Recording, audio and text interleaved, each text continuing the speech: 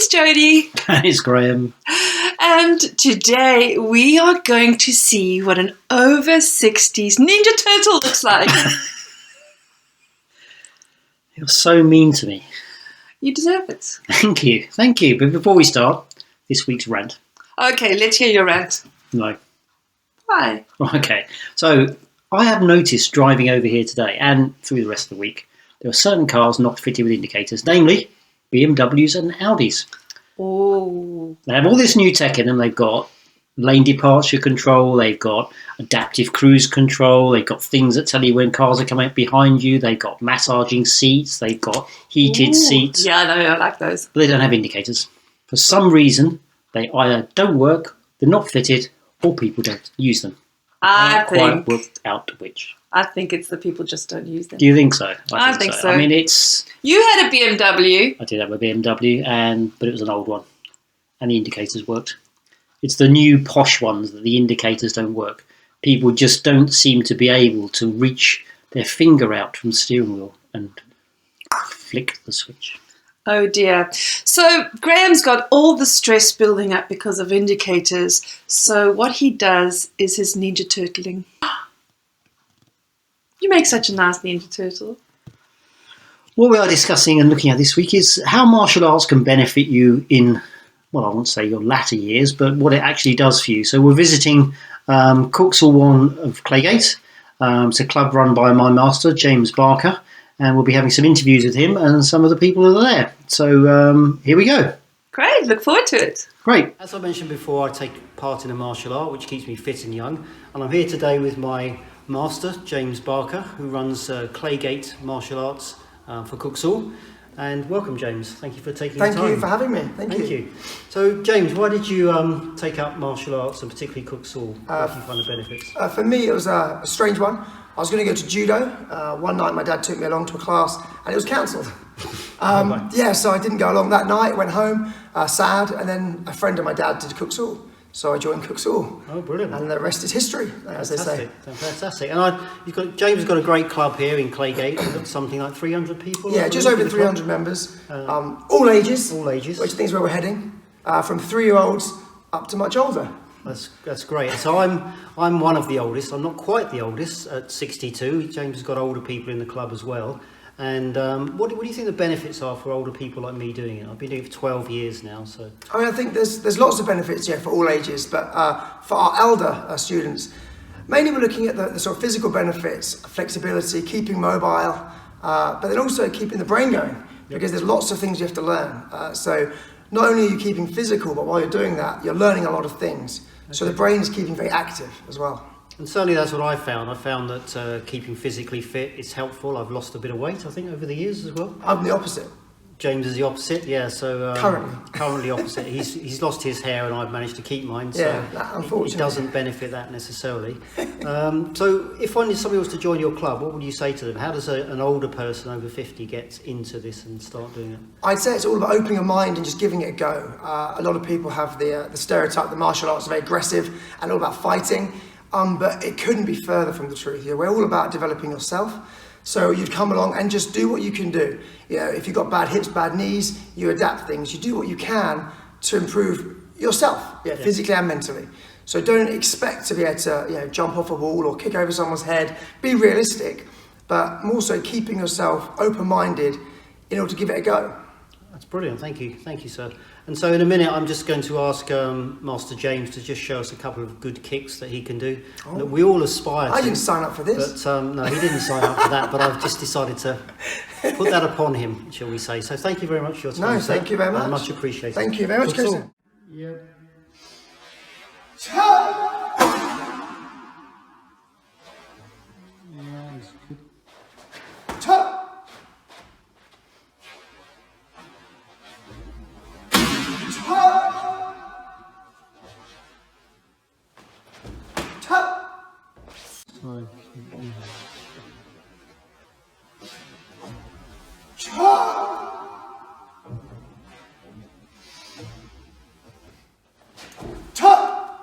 Okay, so now we have Jo-Dee and Susan. Jo-Dee means first degree black belt. She's been training us with nearly a decade. She's one of our elder members. And she's also one of our regular instructors as well. So she's here also to talk about Kuk Sool martial arts. So first of all, why did you join? I joined because to do an activity with my children. So I live with just my 2 kids at home, and my son wanted to join a martial arts. We were fortunate to be around Kuk Sool. One of his friends did Kuk Sool, or live near Kuk Sool, and one of his friends was here, and it was just luck. And I do feel it was luck that we were here because of all the martial arts that I have come to know. I didn't know anything about martial arts really. I think it offers so many benefits. It's so holistic in what it offers. And yes, it offers the physical fitness. And this is for everybody, really, what I've come to learn, not just the children, but for the adults and certainly, you know, people of my age range. You know, physical benefits, but the mental benefits. And as we were talking about before, it's a great family club, so it's a great way to train and be with your kids and learn and grow and give them a real bedrock of values which actually are missing in everyday life, really. And however much you try and instill them at home, you have a really strong reference point, which I've seen in my own kids and so many ones that I teach.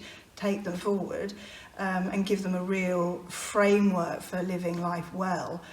But actually, for me, we get so, and I don't think it's the pace of life, and as we get older and we're trying to juggle parenting and work and all these different things, we get lost in the moment, and then our brain takes over, or our ego takes over, and we get planning, and we're living in the future. Whereas as soon as we step on the mats, we have to forget that, and we have to live in now, and we have to think, actually, we don't consciously think about it, but you know that right now, at that moment, all you can focus on is just being with the people that you train with, that support you, your friends, and that you're growing, and it's that moment that matters. And that's when you then step out of the dojang, it's like you've had a spa day, because you just feel really, not that I afford many of those these days, but you just feel so much better. So that was quite an extensive answer. Quite an extensive so answer. thank you for that. So looking back, 10 years ago, both your children started. 10 years later, they're now, well, one's taller than us. 16 years old, second degree black belt. Your daughter's nearly second degree black belt. You're getting towards second degree black belt. Do you feel your aims have changed now, a decade on? Yes, because I never thought I would get to this point, and now I'm seeing, well, first of all, it was, can I get to black belt, first degree? Can I get second degree? But the aim has changed insofar it's not about the belt and it's not about the status, it's more about my own personal journey. So the values which are the bedrock really of Kuk Sool, and you don't necessarily know until you've been, or really feel, unless you've been doing it for a long time, in terms of perseverance and not always judging yourself by other people. Yes, that's changed. So it's given me the confidence to step back and think what is right for me, rather than, and we do live in a Surrey bubble, so it's very easy to compare ourselves to other people, to think what's right for me and my life and my children. And I don't think, I know that before I started martial arts, I was just on much more of the treadmill. Mm-hmm. So that sense is definitely changed. Now, what would you say are your main benefits of training? 3 main benefits, 3 top benefits. Physical fitness, obviously, which includes flexibility, strength and stamina, in that order. A mental strength to persevere through any hardships and difficulties. And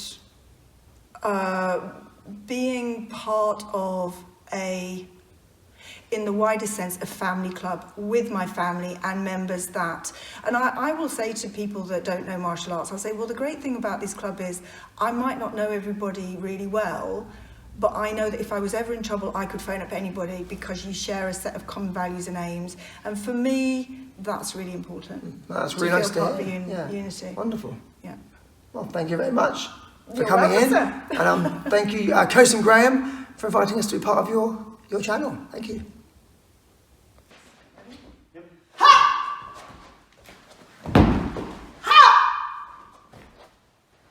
Marks in the centre. Ha!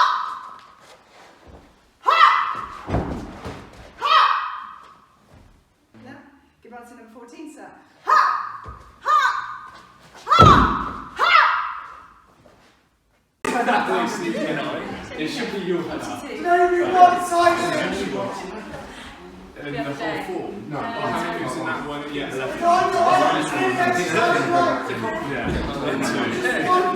We go again. Switch partners. So you do this one. Partner, please. Let's go for it.